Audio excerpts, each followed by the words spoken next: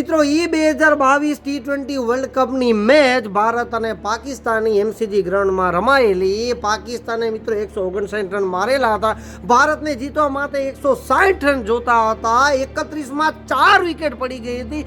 ગ્રાઉન્ડમાં એકદમ સન્નાટો થઈ ગયો હતો. મેચ મિત્રો ઓલમોસ્ટ આપણે ખોઈ ચૂક્યા હતા અને મિત્રો કિંગ કોહલીની એન્ટ્રી થાય છે અને વિન પ્રિડિક્ટર તો એટલું જ કહેતો હતો ખાલી 15% જ ભારતના જીતવાના ચાન્સીસ છે ને 85% પાકિસ્તાનના જીતવાના ચાન્સીસ છે.